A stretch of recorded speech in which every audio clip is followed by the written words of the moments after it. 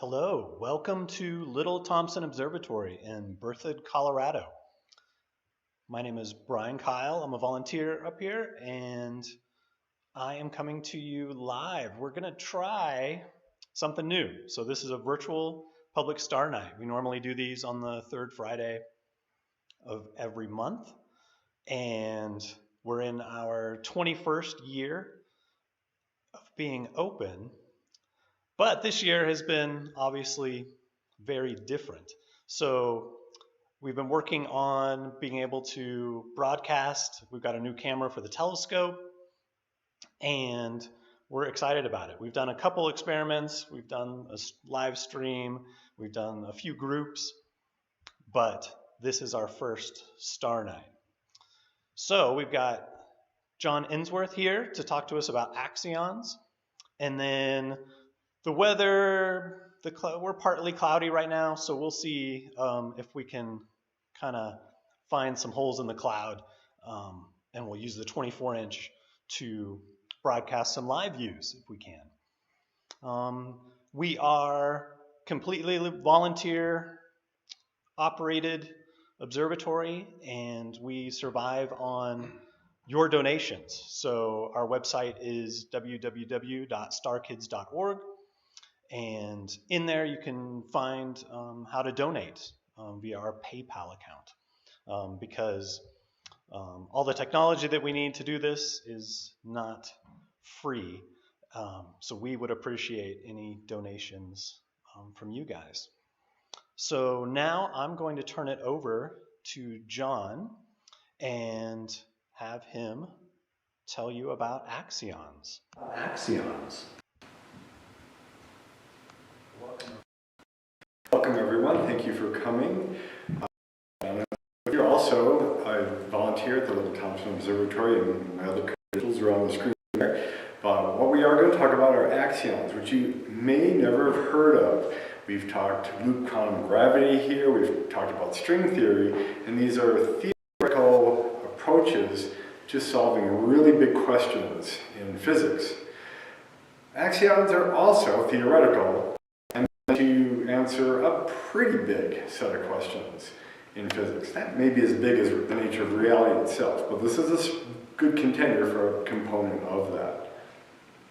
So the axion at this time is totally theoretical and may not be part of the universe that we live in.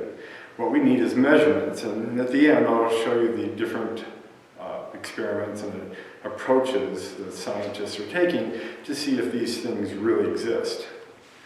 It is like seeing tracks of some mysterious animal in the snow and then finding a partly eaten deer at the end of them. Well, something did that, but what? You don't know what that is. So we are trying to figure out what these tracks are in physics.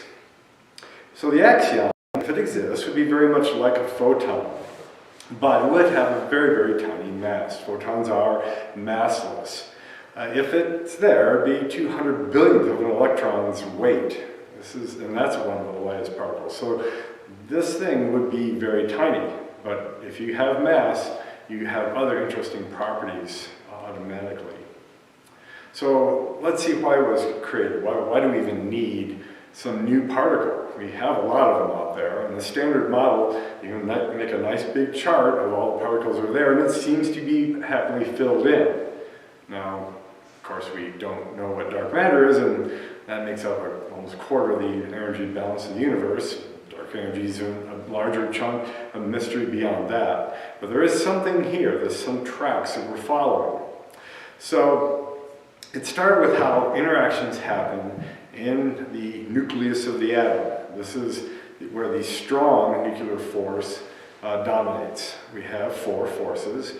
We've talked about all of them in various presentations here. The photon is the mediator of the electromagnetic force. The graviton, if we ever find one of those, would be the mediator of the gravitational force. The weak nuclear force, which is responsible for nuclear decay, the breakdown of unstable nuclei, has three bosons, W+, W-, and Z bosons, which we're not going to go into tonight. But what we're interested in is the strong nuclear force. In particular, something called the strong CP problem. It probably has not kept you up late at night wondering about, but it has definitely done that for physicists. What the problem is concerned with is why the strong force does not break something, a symmetry that we see broken elsewhere. We have a lot of symmetries in particle physics, and symmetries really help us understand the physics and simplify the mathematics in quantum mechanics. And where they break, you learn new and exciting things about the universe. The symmetries we're going to look at right now are called charge symmetry, whether something is positive or negatively charged. You may have heard that called matter and antimatter, so there's a more common phrase. Parity symmetry is how something appears in a mirror. We'll talk about that in just a second. And then time symmetry, whether a reaction happens the same forward in time as backwards. If the universe was symmetric, then antimatter and matter would always bounce off each other the same. If you see two particles bounce off each other in a mirror view, they would look just as you expect a mirror view to look. And it doesn't matter whether you run particles bouncing off each other forward and backward in time, they do the same thing, just forward and backward in time. So let's take a look at the charge symmetry, which we can play with electrons. When we see them bounce off each other, we can ask, does the same thing happen with a positively charged electron or a positron? And when we do these experiments with positrons and electrons, they act just the way we expect. So we say that an electron obeys charge symmetry. Pretty simple. Parity symmetry is a little hard to explain, and it's kind of hard to get your mind around. But if you did the bounce of two particles and then at the same time looked in the mirror, they would do something different.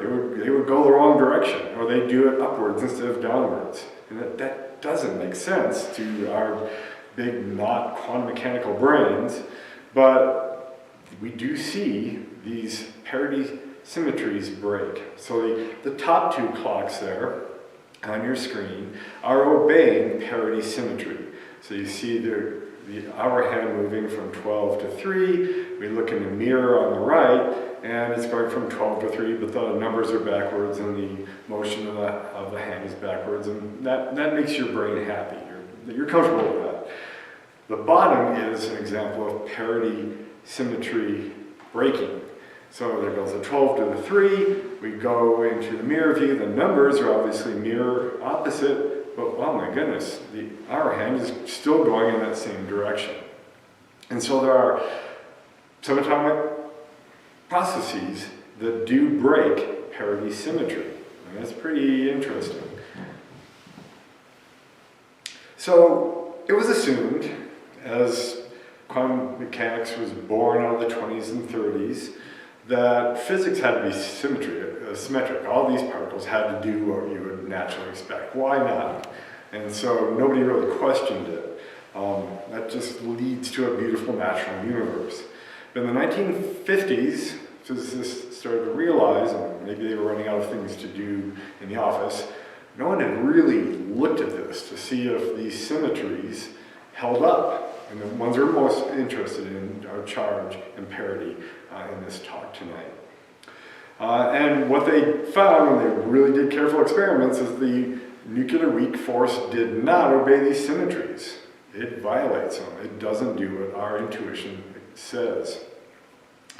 So the weak force does not look the same in a mirror when reactions occur. They will curve a certain way in a magnetic field. Look in the mirror, and they're not curving the way that you expect. So we say that the weak force does violate this parity. Okay? So you can combine these together too. Maybe, some physicists said, parity is violated if you just look at it by itself. Then maybe if you figure in charge, that fixes it. Maybe the two together will explain why something bounces off and doesn't look the same in the mirror. And when they looked at those reactions, they found, no, it's still broken. It still doesn't do what our intuition says. So now we have charge and parity added together, and these particle interactions, and we say that we have CP violation, which at first disturbed physicists, and they said that's absurd. Then people looked at the mathematics, worked a little harder on it, and oh wait, okay, it is in the mathematics. We kind of missed it the first time through. And once the mathematics is updated, everybody was happy again. Of course, we have CP violation, and that's the way the universe has to be. So everything was good, but take a look at the strong force. The strong force, the mathematics said, should also violate this CP parity. It shouldn't work either. There's no reason it should. Now that we've shown that the weak nuclear force violates this, the strong should follow along, but it doesn't. It doesn't at all. The strong force, see any reason why it should. It is perfectly symmetric. A great analogy that I heard about this, and I got a picture there on your screen. It'd be like looking at a bunch of cars on the freeway, and all the cars are precisely bumper to bumper the same distance apart, and they're all going within 100 billionth of a mile per hour of the legal speed limit. And they don't do anything else. They just drive along in this perfect order. Well, if you saw that on the freeway, you'd figure a car commercial is being filmed or something. There's got to be a reason. There's a director. There's something that's making this happen. Technically, we say the angle between the internal strong force parameters is set exactly to 0. When things are set exactly to 0, there's got to be a reason. I mean, there's a whole bunch of other numbers other than 0 that this angle could be set at. So the strong CP problem is asking the question, why is a strong force exactly symmetric? Is there something in the universe making this happen? If the strong force is driving so perfectly on the freeway, the weak force is going off-road and driving through trees and bushes. It doesn't care. It's going at the fastest, craziest speed it can, and the strong force refuses to go on an off-road vacation. So in the 1970s, physicists started to ask, why is this happening? We've got to look into this. In 1977, a new quantum field that fills the entire universe was proposed to solve this problem. A field that would communicate with the strong force mediators, the gluons that make the quarks inside neutrons and protons work together, that preserves this CP symmetry. Okay, well, I mean, why not? If you have a big problem, fill the universe with a whole field that we haven't detected or seen the particles of. That sounds good. So, in the first few milliseconds after the universe formed, the strong force might have been able to do whatever it wanted. It may have been able to violate CP symmetry just like the weak force does, just like the mathematics says it should. Then something came into existence that forced it to obey from then on. So the connection between the new field and the strong force would make this settle down, and that angle exactly 0.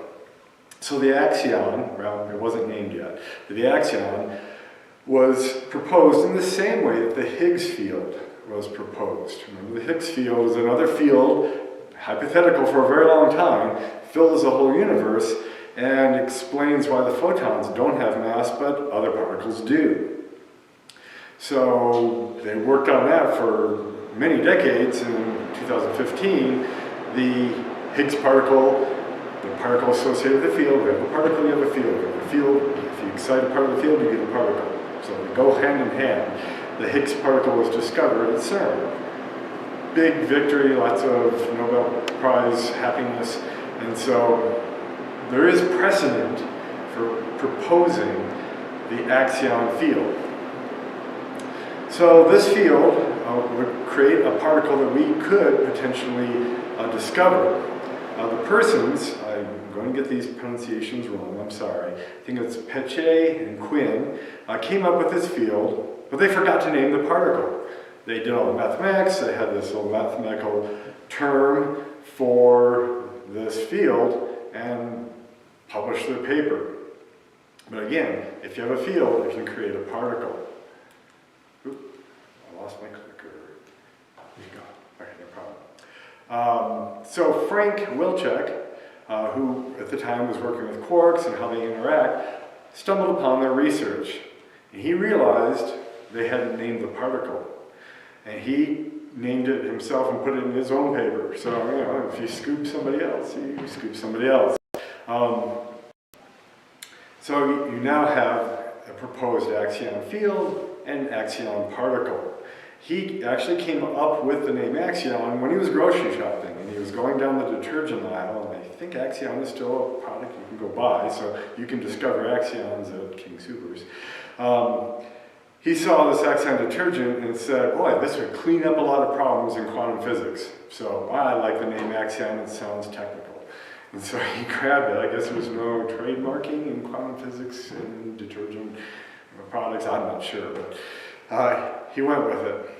So that's what we have now, and we got a cool sounding name, we have something that would solve the strong force symmetry problem, but once you step back another little bit, you realize you have this particle that is similar to a photon. It interacts with a strong force, primarily or exclusively, and it's got a little bit of mass. That sounds a lot like a dark matter particle candidate. Now, dark matter is, we can see its effects on how it bends light from distant galaxies as the light comes through the universe, through this cloud of material, usually associated with galaxies or strings of galaxies. We've got its percentage measured from looking at the cosmic microwave background radiation and other big measurements in astronomy.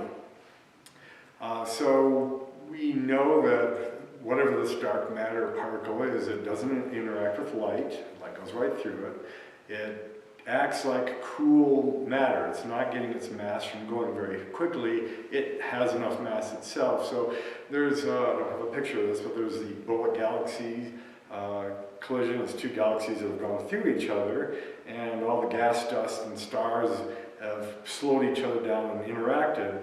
But the dark matter clouds that were associated with the original galaxies have gone on happily kind of leaving their original galaxies. So we can see some of the properties indirectly of what the dark matter is and what it does. It's about 10 times the mass of our galaxy in our galaxy. It causes it to rotate more like a solid disk than we would expect by just looking at Kepler's laws, for instance. So axions could fill this void. They wouldn't interact with light. They interact with a strong force. If these existed, there'd be trillions going through your body each second. Kind of crazy. They're inert, but they have that tiny amount of mass. So here we've got an axion, a theoretical particle that happily solves why the strong force is so obedient, and a dark matter candidate. That's pretty nice. Well, we have had better ideas that have not panned out in the past looking for dark matter candidates. There's WIMPs and all sorts of things we've been trying to find, and we haven't found a good one yet. So why not? We can pursue axions as a potential candidate. Then someone pointed out that, well, if you have something that doesn't obey, a version of the strong force doesn't obey CP symmetry before the axion field came into existence during the first instances of the Big Bang, this could also solve a third problem in physics. It's another astronomical one. When we look around the universe, the little bit of stuff, the 4 or 5% of the universe that is matter, It's not antimatter. Antimatter is very rare. Bring the two together, you get annihilation and a gamma ray photons released from that interaction. So a way to picture it is the axion field could have been sort of like a marble rolling down an upside down sombrero, called potential well, with a false zero in the middle. And it could have gone either direction, one way around settling down, or the other way around and settling down. When you do the math, which we're not doing tonight, You get a universe dominated with matter with one direction and antimatter with the other direction. So a counterclockwise or clockwise settling would solve this question of why we're left with matter. So we have three problems solved for one. That's ambitious. You have one theoretical particle to be able to pull that out. Now we've had lots of trends and fads in physics, things that come and go.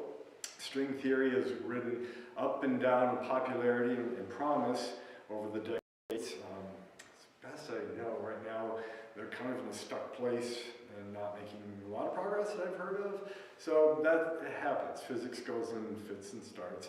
And the Axion is right now enjoying some popularity among experimenters. So, I said we could theoretically see this particle. What would it look like? Well, it would look like a heavy photon. It would, in some ways, act like a photon. It actually could be created by photons and then do its thing and then decay into photons. So that opens up some experimental possibilities. If you use extremely strong magnetic fields, there's a picture of such an experiment here on the graph, and you could tune the cavity to the energy that the axion would be found in, the energy related to the amount of mass it has, you could see it transform between axion and photon and back again. With this resonant cavity, you'd have to have a magnetic field at least 150,000 times stronger than the Earth's magnetic field, and you would get a microwave photon out of such a transformation. So there's an experiment at the University of Washington using very cold material, I think it's xenon, and they're still tuning the experiment to try to figure that out. It's not a big experiment, there's others that are much larger scale and more ambitious. We'll get to them in just a second.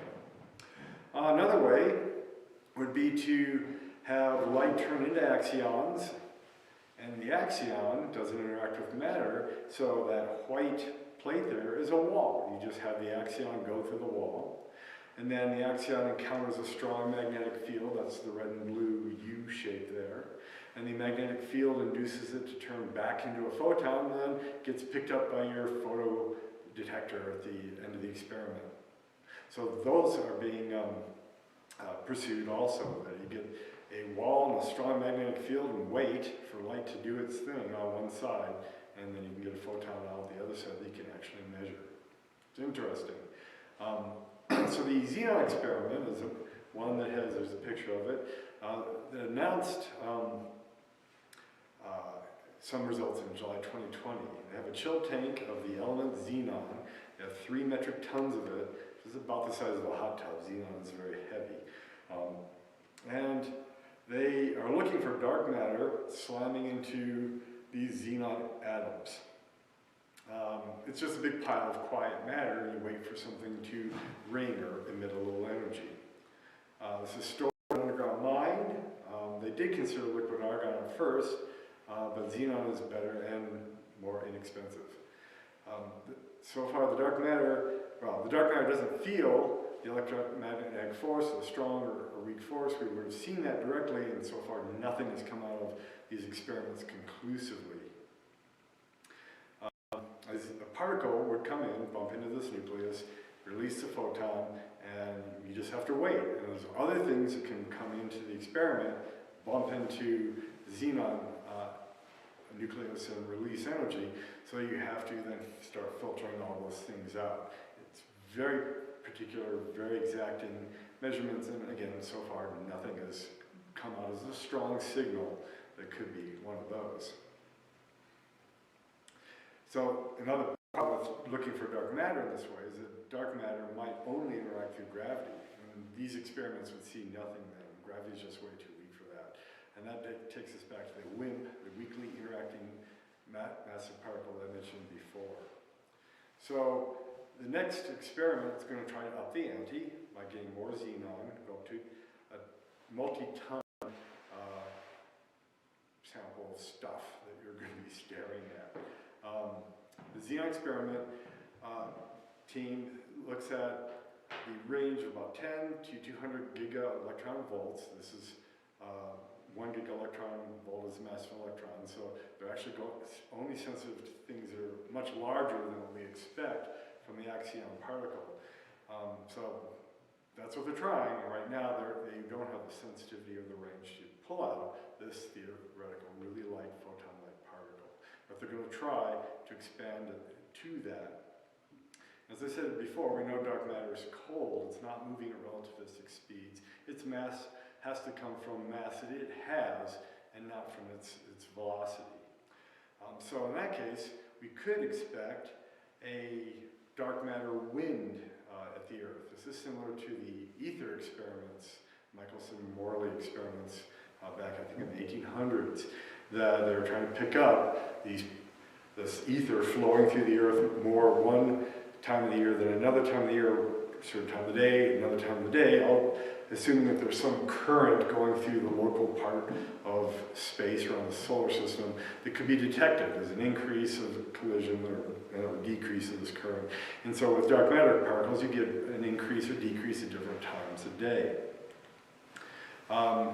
The xenon experimenters expected about 232 false results, and they claimed to have received 285 results, about 50 more than expected. They're looking for, and they think they see some of this seasonal or time of day variation, but the rest of the physics world is not convinced that this is really happening. Again, they're not looking in the correct energies for one thing, and this is really close to the noise levels. There are other things that could to bring this result about. But they've run this first experiment for a couple of years, looking at the recoil of the nucleus of xenon. They saw two events when they, I should say, expected one, which they claim is significant. That doesn't sound very significant. It really looks like these experiments are still not sensitive enough. There's just too much noise to look at. So the signal can't be explained, if there is a signal that they're claiming, by WIMPs. Fast-moving particles would make the signal, but it violates what we already understand about what dark matter has to be. So the signal must be a third idea. Some of the things that are proposed are maybe there's tritium contamination in the tanks. It is really hard to make absolutely pure tons of xenon in a tank that nothing else is going to mess up. And tritium, as it decays, it's a radioactive version of hydrogen, could make this signal that they're seeing. Now, it doesn't explain the time of day or seasonal variations, but again, the rest of the scientific community is not convinced that's happening anyways. So it's in the murky, who knows, at this point with their experiment. Another possibility would be hot axions from the sun. This is getting pretty creative, that the nuclear reactions in the core of the sun could be putting out axions that are moving pretty quickly and have more energy. That will put them in the higher energies and detectable. But it would really change what we understand about the physics of how stars and our sun work. And that's a big deal. We have that down pretty well. And you'd have to start modifying things to have stars doing what they're doing, living the life they live, dying the way they die, if axions are playing such a significant part. But that doesn't mean you should look for it, and that's what they're doing. China's jumping into this too with a multi-ton xenon experiment. Data will be coming soon on that as well. Another proposal is to look at a star that is about to go supernova. Betelgeuse is pretty close to us as stars go, and we think it is very close to the end of its life, and so the reactions in its core, within centuries or so, ready to blow, it might be putting out a lot of axions. And so we're looking at that. One signal would be X-rays close to the star, and we don't see that. We look in the ultraviolet portion of the spectrum from the star itself, a little excess in some small narrow region of the spectrum, and we don't see that. There could be the Pirmakov effect, which is, again, theoretical coupling between axions and photons. And these photons, these axions are turned back to photons once they hit the Earth's magnetic field. So you would have a nearby little photon excess right in the path of Betelgeuse. You're really straining at tiny, very hard to detect signals at this point, and again, nothing's been seen yet. The BASE experiment, this is over at CERN again. They were successful with the Higgs particle. They're using one of their experiments to look at dark matter, or basically a dark matter antenna, and very high magnetic fields to play with this switch back and forth between photons and axions. They're not currently able to operate in an area that's probably efficient enough to pick anything up, but they're working to increase the sensitivity of the BASE experiment by maybe 100 or 3,000 times, which would bring this signal up high enough to be detected. So that's all I've got for axions. It's a new hot field, obviously, or cold matter field, that a number of experiments and some serious research dollars are going to. We'll just have to meet back here, hopefully in person soon, and talk about axion results. Thank you very much. Very cool, John. Yeah, wow.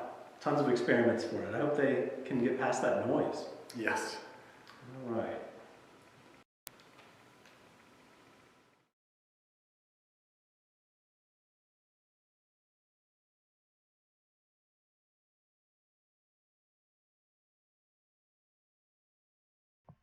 All right, so now you're looking at a live view from the 24-inch reflector up in the cold, cold dome. Thankfully, I've got it working from the warm room now. So, because I've tried to do it from up in the dome, and that's fun for a little bit, but when it starts dropping in the 20s, it's not as much fun. Not as cold as down in Texas and Oklahoma, but still pretty cold. So what I've done is I've focused on a star, and now let me move a monitor over real quick.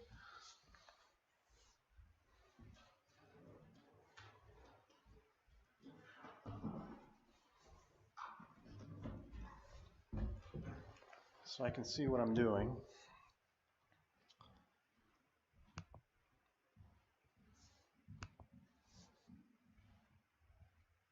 All right.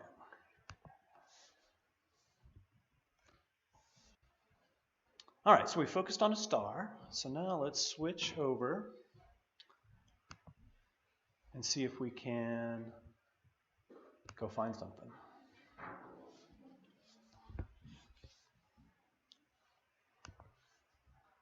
So I'm going to slew the telescope. You can see it move right there. And then I'm going to switch back to my imaging program. And there we go. That's cool. So now I'm going to change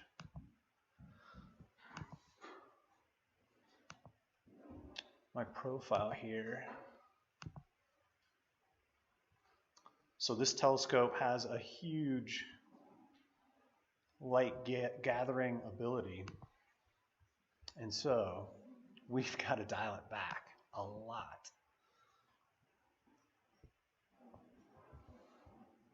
So I'm just changing the gain and the exposure. So we can see, and what's cool is it put us right on the terminator. So for those of you that don't know, the terminator is the boundary between the light side of the moon and the dark side that's in shadow. So then what we can do,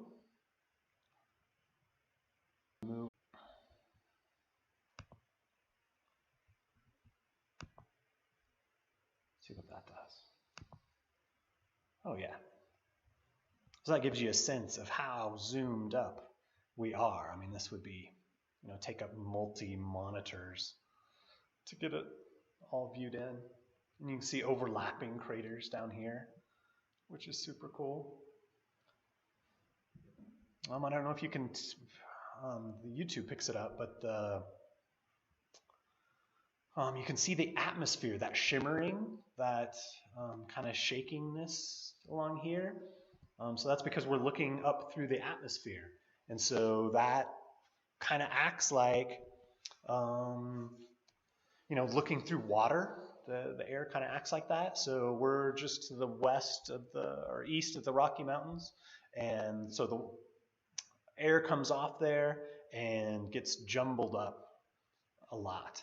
And so when it comes overhead here, it's very turbulent.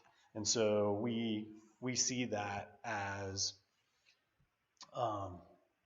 this shaking here. It's also what makes stars twinkle. All right, so now I'm going to go. Let's go. We went down. Let's go up.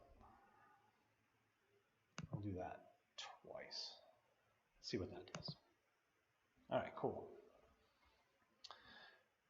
So you can see these big seas of lava, cooled lava. And man, I like the moon.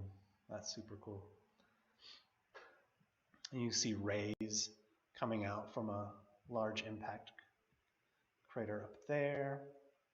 And you can see where this was a larger one. And so that's the rim that's kind of been worn away and filled in, and then newer ones, impact craters, are in there. All right, so you guys keep looking at that. I'm going to go run outside and see how the clouds are doing for other directions. I'll be right back.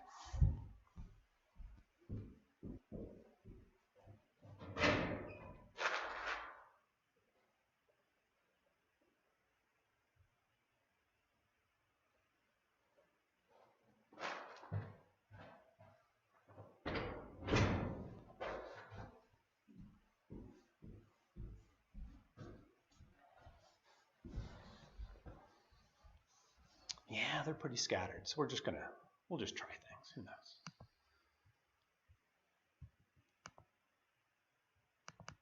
All right, so I'm going to put in our next object.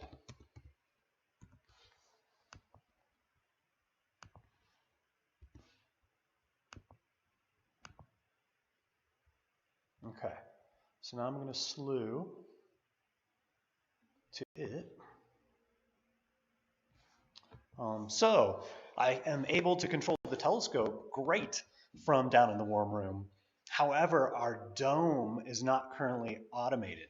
So I'm going to run up and center the dome, and I'll be right back.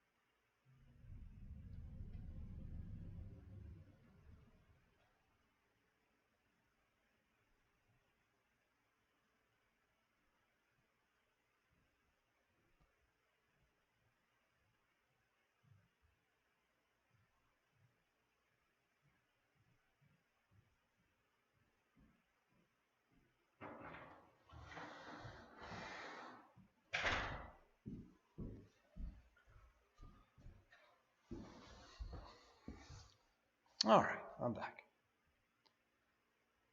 So I think we're having internet troubles. Let me see.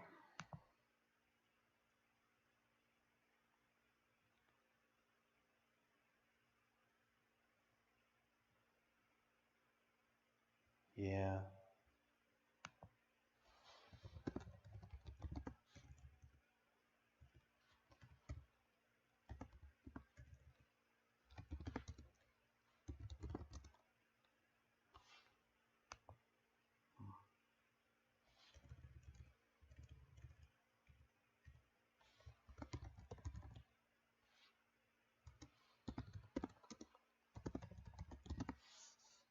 All right, so we have internet troubles, and unfortunately, there's not a lot I can do about it.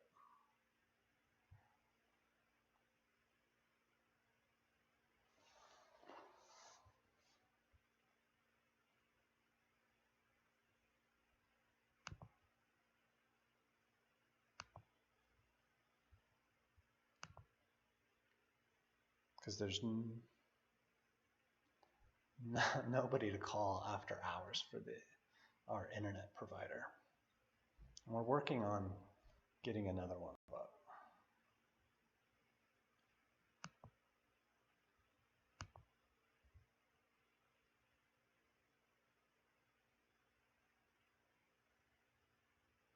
And so it kind of just comes and goes, unfortunately. And so I can kind of see it in the bottom right-hand corner of my screen. So like right now, it's broadcasting great. So I apologize for that. Okay, so we're looking at the Orion Nebula.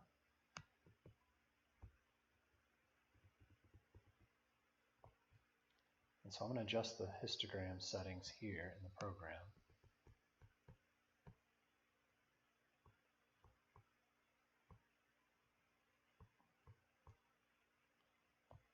And so you can see all this wispy area is a cloud of some dust, but mostly hydrogen and some helium. And so these are newly formed stars in the middle there.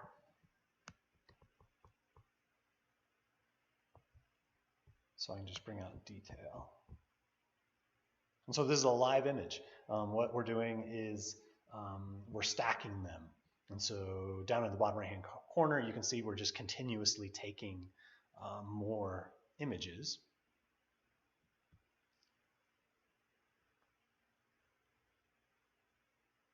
And it just stacks them on top of each other.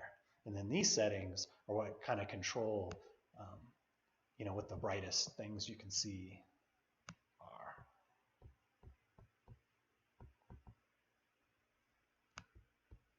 So this gets more kind of art than science, though.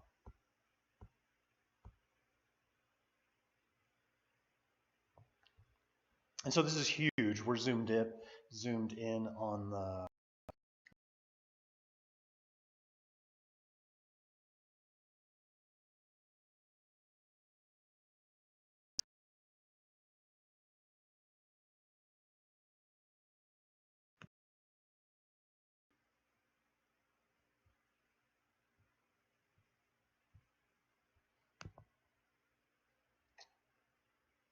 but you can see how wispy it is, and you can start to get the hint of the purple and pinks of this illuminated nebula, which is really cool. All right, so now, I think the internet is kind of hanging on, barely, maybe. I don't know, text me if it's down again. It seems okay, I think. All right, so now we're going to go nearby. So we moved to the constellation of Orion. So now we're going to stay in Orion, and we're going to move up a little bit. And set nebula.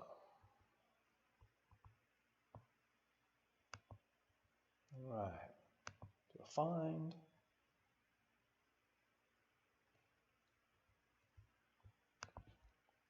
And we'll slew. So we're going right up from here. And so to give you guys an idea,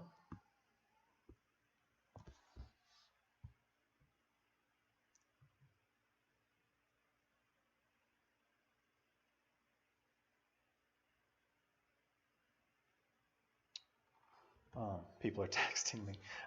So we are looking at the constellation Orion, which is one of my favorites.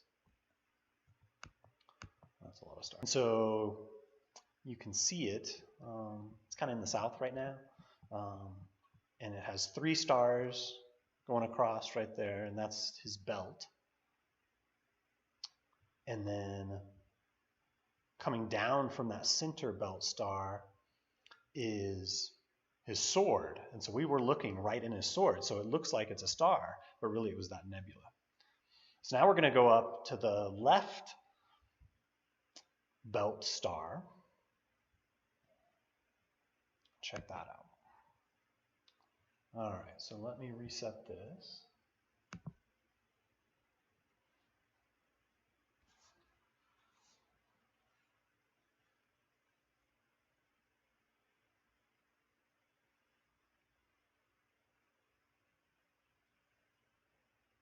Okay, I'm asking people if they can even see this. Okay. So I'm going to align these peaks.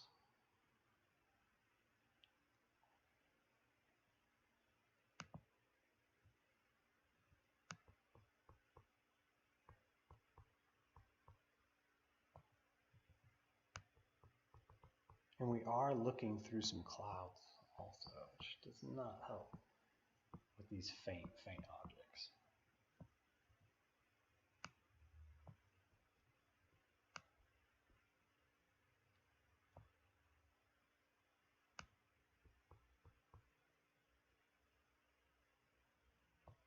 So it may be too faint. Let's see if I can bring up the gain at all.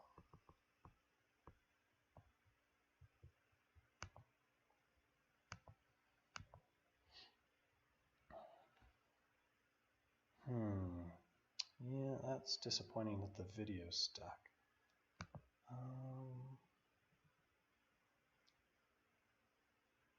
We'll just do a little bit more. And hopefully we can get a new internet provider up at the observatory. Okay.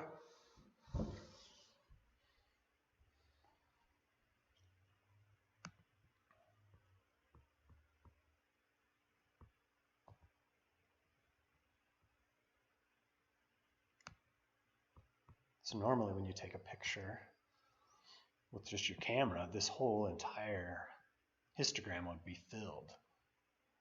But what we're looking at, I've never even seen it through a telescope eyepiece.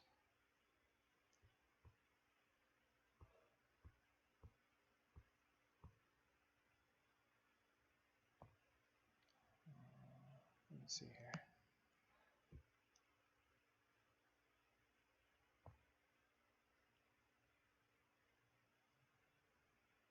Yeah. I'm starting to kind of see it, but that's only because I know what I'm looking for. Or maybe I'm just hoping.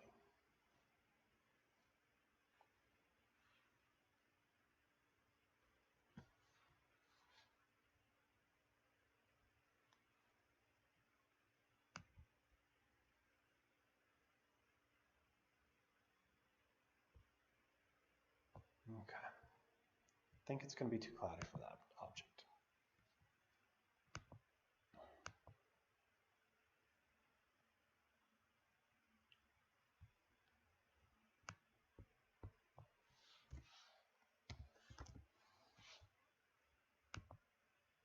All right, let's switch over here.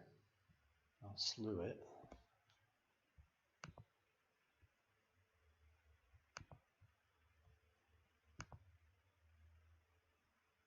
All right, I'm going to move the dome. Be right back.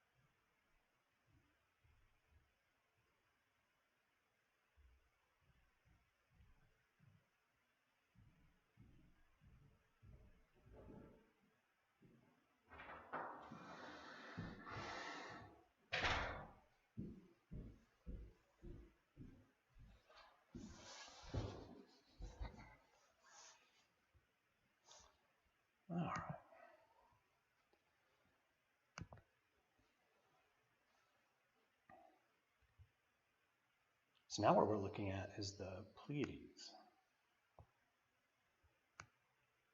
And so these are also called the Seven Sisters, or Subaru, and they're a tiny little cluster. Right now it's just down and to the right of the moon.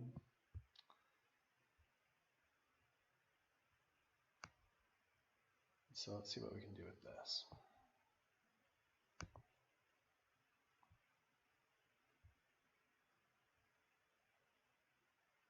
So around them is still the nebula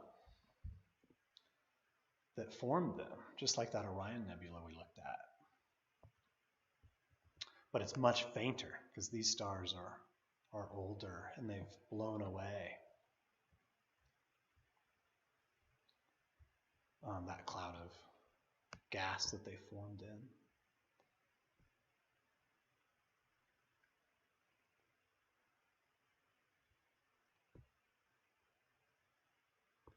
Let me just tweak these. So you can kind of see it right in here, kind of right in here and here. One issue is these are really bright, massive blue stars.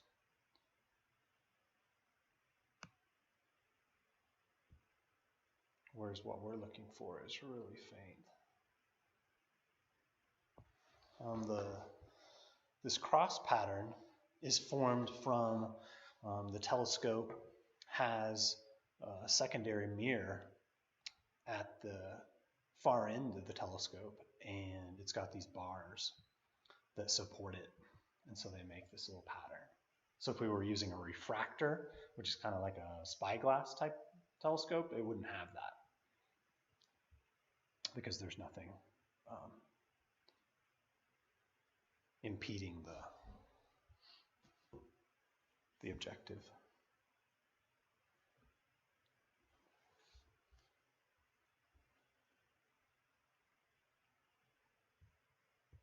And you can kind of see it on this one over here. All right, cool. All right. So there's kind of, the good news is there's not clouds over by the moon. The bad news is the moon gives a lot of glare, so it kind of gets in the way.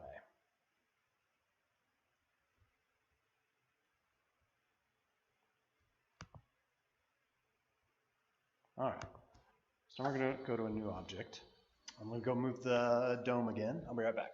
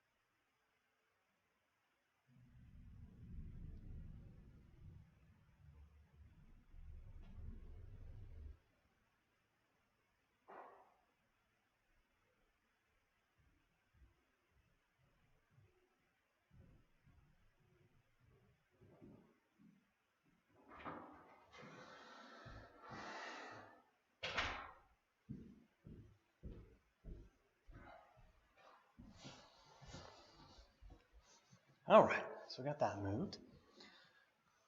All right, so we're going to look. We're in the constellation Taurus, the bull.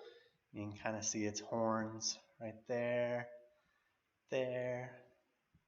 There's its head.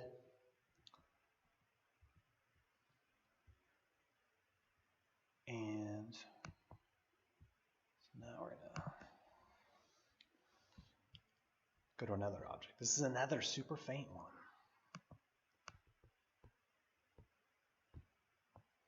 Kind of ghostly.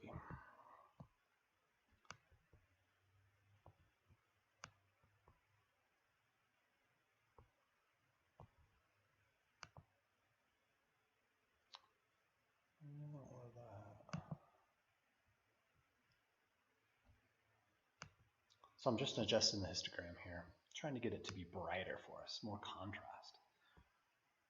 And so normally, like the pictures you see in magazines or on websites, or they might have been taken with the Hubble Space Telescope, and then they don't have the atmosphere problem that we looked at on the moon or with the moon. But a lot of those are taken over many, many, many hours. And so we're trying to do it in a few seconds because we don't want to wait hours. Plus, the internet probably wouldn't stay up for hours.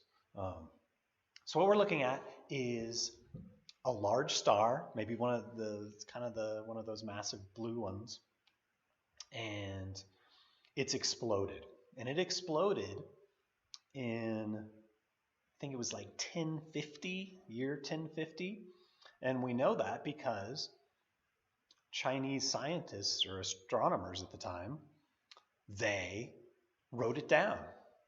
And what they wrote down is that there was a star visible during the day. All of a sudden. Wasn't there, because we don't see stars during the day.